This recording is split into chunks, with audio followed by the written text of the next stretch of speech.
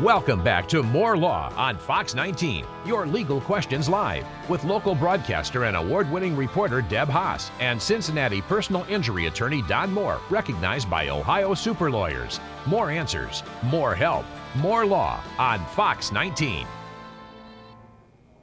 Welcome back to More Law. Have you been injured in an accident?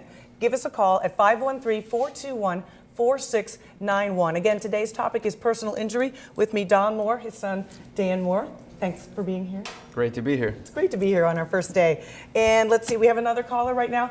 Deb in Fort Mitchell. Deb, go ahead. Hi, I was injured at my gym 2 weeks ago. There was a piece of equipment that was out of place. I tripped over it, dislocating my shoulder. And I was wondering if there's any recourse that I have to collect some of my out-of-pocket expenses. So far, it's over $300. I know I signed a waiver, so I'm not sure how that holds up. Okay. Deb, you've got a couple things going on there. You have a waiver that you mentioned, and the overall case that you're talking about is a premises liability case. That's the type of case that the law refers to that as. And that's a fact-specific case. If that machine was a big machine and it was sitting out in the open, typically you're going to have a very difficult time recovering any money for that injury. If it's a machine that it was difficult for you to see, or if there was another distraction in the gym at the time, you might have a little bit better chance there. It's a fact-specific inquiry. We encourage you to talk to a lawyer about that when you can. One of the things I do want to add for our viewers today is the concept called statutes of limitations. You hear about this in the law, and statutes of limitations are very important deadlines you have to adhere to. In Ohio, in Kentucky, and in every state, there is a specific deadline by which you have to bring your claim if you wish to pursue it. For a standard personal injury claim in Ohio, that's 2 years. For a standard personal injury claim in Kentucky, usually that's 1 year. So, and car crashes in Kentucky are usually 2 years. So there's a lot of variety there. And so when I'm talking to somebody about when they should pursue their claim, or whether they have a claim, I always like to remind them, make sure you do things quickly so you don't miss out on the deadlines. Okay, Don? Well, you know, one of the things that you mentioned a moment ago was the fact that just happened just recently. So right now you're in good shape on the statute of limitations. You also indicated that you had, I think, about $300 in medical expenses. Hopefully you won't have a lot more. Let me mention a coverage that may be of help to you. It's called medical payments coverage. Not all commercial establishments have it because it can be expensive, especially in a gym where people are doing all kinds of things and there's probably a fairly high incidence of injury. Medical payments coverage has nothing to do with fault. It only has to do with were you injured on the premises. Most homeowner policies have it. About half the commercial policies have it. So it's worthwhile to check with the gym and talk to them. You may be able to have your medical bills covered with no problem. Great. Thanks for the call, Debbie. And next up we have Natasha in Cincinnati. Hi, Natasha. Hi. Tell us a little bit about why you're calling. I'm calling because I purchased some tires from a used tire shop. At the time, I was having a lack of funds, so decided to go to a used tire shop to purchase some tires. They end up putting wrong size tires all around the truck, and due to that, we were in an accident because one of the tires actually came off while we were on the highway. And I was just wondering if I have a lawsuit against that tire company. Natasha, thanks for the call. Basically, what you have is a negligence claim against the people that installed those tires. If you have an injury, then that can be a case that you want to pursue. If you don't have an injury or there's no damage to your vehicle or to your property, then that's not a case, obviously, that you're going to be interested in pursuing. You can talk to the outfit that installed these tires, talk to them about what happened, and tell them, look, you guys installed the wrong tires, it's pretty clear, and see if they're willing to, if it's a property damage claim or there's a little bit of damage to your vehicle, then they can take care of that if they're willing. If they're not, or if you have serious injuries, that's when you want to get a lawyer involved. The thing to remember in your case, if you wish to pursue either a property damage claim or a claim for personal injuries is to preserve the evidence. I can't say that enough. Preserve the evidence, because if you get rid of those tires, you get rid of your vehicle, you have no way to prove anything. Natasha, best of luck with that. And next up we have Brian in Cincinnati. Go ahead, Brian. Hello? Hi, Brian.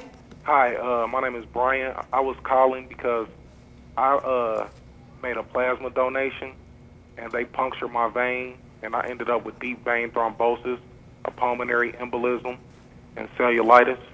And I was wondering what kind of claim is that and how I should go about it. Don? Okay, what a terrible result. I'm sorry to hear that you had the trouble that you had. With every medical procedure, there are risks. The nature of the clinic is probably going to be considered a medical clinic, therefore medical malpractice principles apply. That means that if they did something wrong to cause your problem, that when you talk about puncturing a vein, that doesn't necessarily mean they did anything wrong. That's a risk whenever you start poking needles into people. So the issue is going to be, did they do something wrong that is below accepted medical standards, and you need to get a medical opinion on that. I would talk to the doctors who are treating me, and I would ask them specifically, did these guys do something wrong that caused my problem?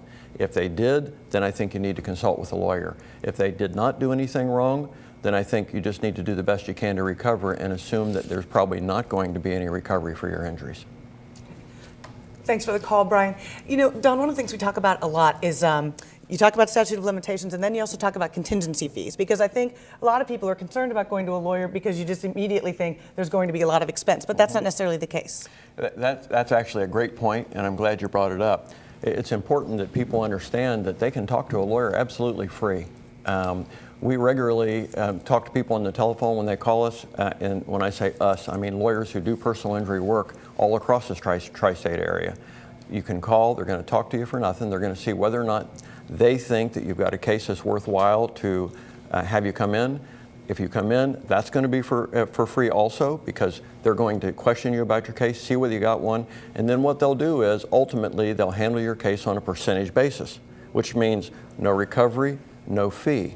So basically you can get some of the best lawyers in a tri-state area to talk to you for absolutely nothing about your case. Okay. And now we have time, I think, for one more call before the break. Let's go to Hayes in Cincinnati. Go ahead. Hello? Hello, how are you? Hello, my name's Hayes, Hayes, and I injured myself when I was living at a apartment building. I fell down some steps because there were no lights on in the hall. No, and I had pictures. I took pictures. I injured my right leg pretty darn bad. I have photographs, and I have a copy of the newspaper that day. Well, my leg's all swollen up and black and bruised, the ankle, and I was on crutches for 6 weeks. And when time came, I went to sue the people who took care of the property, okay? Not the owner of the property.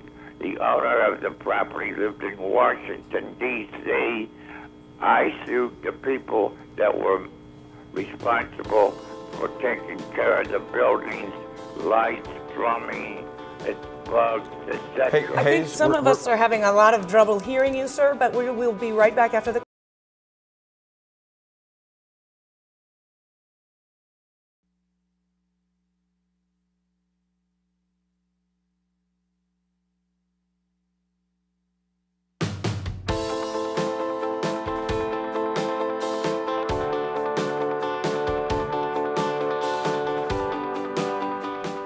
The Kentucky and Ohio Bar Associations require we give the addresses of the attorneys on the show. So here you go. If you'd like some more information, you can also find them by going to Fox19.com and click on More Law. Now, we had a caller there just before the break, and we wanted to get to his question. Dan, would you like to address Hayes' concerns? Sure. What Hayes had was a situation, what we typically call a slip and fall case. Very common scenarios in grocery stores and industrial establishments and apartment buildings. And the thing to remember about these things is there's a rule called open and obvious. If there's something that's open and obvious, and that you should be able to see, you're not going to have a claim.